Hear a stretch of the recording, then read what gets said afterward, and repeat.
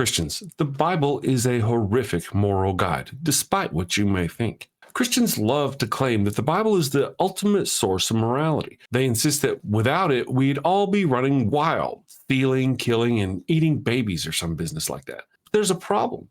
The Bible itself is packed with some of the worst moral advice imaginable. It justifies slavery, promotes genocide, devalues women, and encourages eternal torture for non-believers. And if you actually read it instead of just cherry-picking the nice-sounding bits, you'll start to wonder why anyone holds this book up as a moral authority. So today I'm going to count down my top 10 reasons the Bible is not a good moral guide. And trust me, this is going to get ugly. Number 10, the Bible is self-contradictory and confusing. A moral guide should be clear, consistent, and free of contradictions. The Bible is none of these. It declares thou shalt not kill, yet within the very same book, God commands mass killings, genocide, and execution for trivial offenses. It proclaims that God is just and righteous, yet in Isaiah, it explicitly states that God creates both good and evil. If a moral guide requires constant cherry-picking, rationalizing, and selective reading to maintain the illusion of coherence, then it's not a moral guide at all. It's a chaotic, self-contradictory mess stitched together by centuries of reinterpretation and excuses. Number 9, the Bible promotes racism and ethnic cleansing. Throughout the Bible, God plays favorites, declaring the Israelites as his chosen people and commanding them to wipe out other nations. Even Jesus isn't innocent. He initially refuses to help a Canaanite woman just because she's not Jewish. If a book teaches that some people are superior just because of their ancestry, that's not morality, that's supremacy. Number 8. Women are property. If the Bible is such a beacon of morality, why does it treat women like second-class citizens at best and literal property at worst? The Bible repeatedly describes women as possessions of men, enforces arranged marriages, and even requires a woman who had been assaulted to marry her attacker. It also silences women in church, demanding that they ask their husbands for permission to speak. And Paul, who allegedly wrote much of the New Testament, straight up says, I do not permit a woman to teach or assume authority over a man. 1 Timothy 2:12, remember? If we took the Bible's morality seriously, women wouldn't even have the right to vote, let alone anything resembling equality.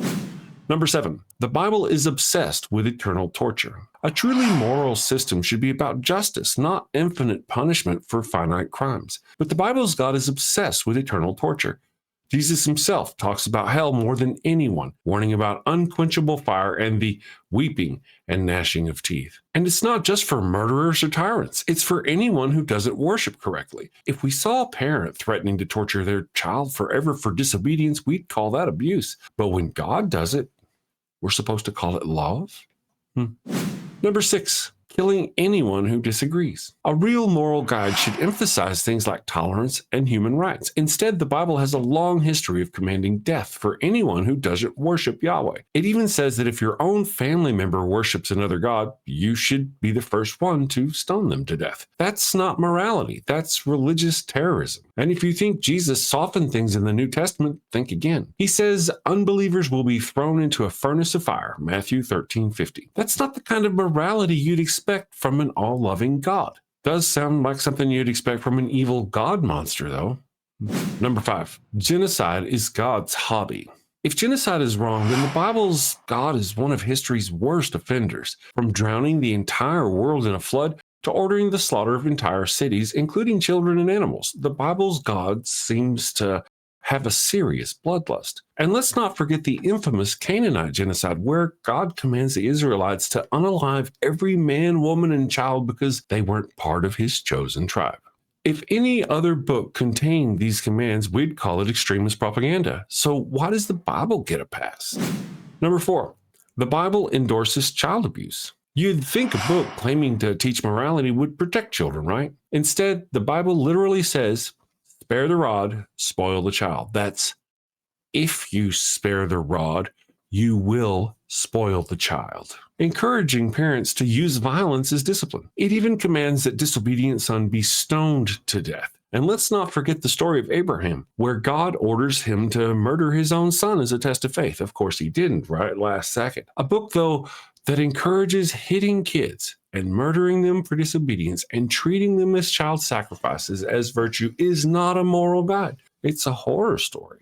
Number 3, slavery is totally fine. If a book is supposed to be the foundation of morality, it should have at least one clear, firm statement that slavery is wrong. But the Bible? Nope. Instead, it gives detailed instructions on how to buy, sell, and even beat your slaves. It also specifies that while you have to free Hebrew slaves after a few years, foreign slaves are yours forever. And just in case you think this is just an Old Testament thing, Jesus never condemned slavery. In fact, the New Testament tells slaves to obey their masters with fear and trembling. If the Bible were truly a moral guide, it wouldn't treat human beings like farm animals. Number 2, the Bible is pro-grape. Very pro-grape. You'd think a moral guide would be crystal clear about condemning grape, but instead the Bible treats it as a property crime against the father of the victim or the husband of the victim. Worse, it even condemns victims, virgins at least, to marry their attackers. There are multiple stories of assault in the Bible, and God never steps in to condemn it. Even King David, a man after God's own heart, committed sexual assault, and his punishment? A slap on the wrist. The Bible had the chance to stand up for women, and it failed miserably, over and over and over. I don't know if you know this or not, but I host a daily atheist morning show here on YouTube. I have a couple of other co-hosts with me, Durante Lamar and Ryan Kultastic, and we have a lot of fun. When we first started hanging out, he would say, he'd say something like, yeah, we're kind of like Richard Pryor and Gene Wilder. Gene Wilder. Like, yeah. Oh, But, I love yeah, Richard Pryor and Gene Wilder together. Yeah, So like, funny. that's right. I was like, you're right.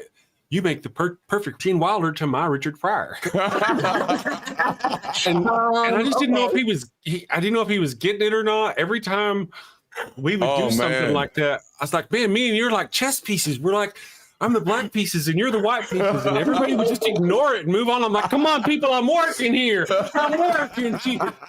These jokes are writing themselves. He actually he corrected me. He went to correct me. He's like, you know, man, I mean, like, I'm Richard Pryor. I'm like, no, man, I get you. Daisy is getting so upset from the sound. She's making sure I'm not blowing out the sound. For those of you who don't know, this is Daisy. She's the sound engineer on the show. Hi, Daisy. She's our little wonderful Bocker dog. Daisy. She's fantastic. Whenever Papa gets a little excited, a little too much going on in here, blowing out the microphone, she's like, hey man, I got to work that audio. I got to clean that mic and all that spit. Chill out a little bit. Live Monday through Friday, 9 a.m. Eastern. Okay, back to our list. Number 1, human sacrifice is encouraged. If you read the Bible without preconceived notions, it's pretty clear human sacrifice is a recurring theme. God allows Jephthah to burn his daughter alive as an offering. Abraham is almost forced to kill his own son. And of course, Christianity is based entirely on human sacrifice as a means of redemption. Imagine if a modern religion said the only way to save your soul is for someone to be brutally executed on your behalf. We'd call that a death cult. But when the Bible does it, somehow that's moral.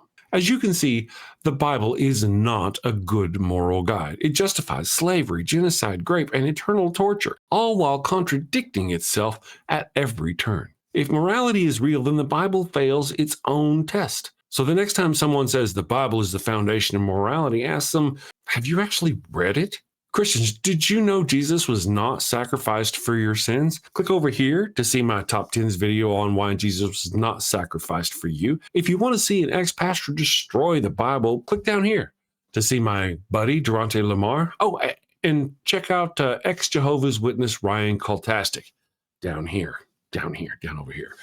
Send safely, my friends. Take care.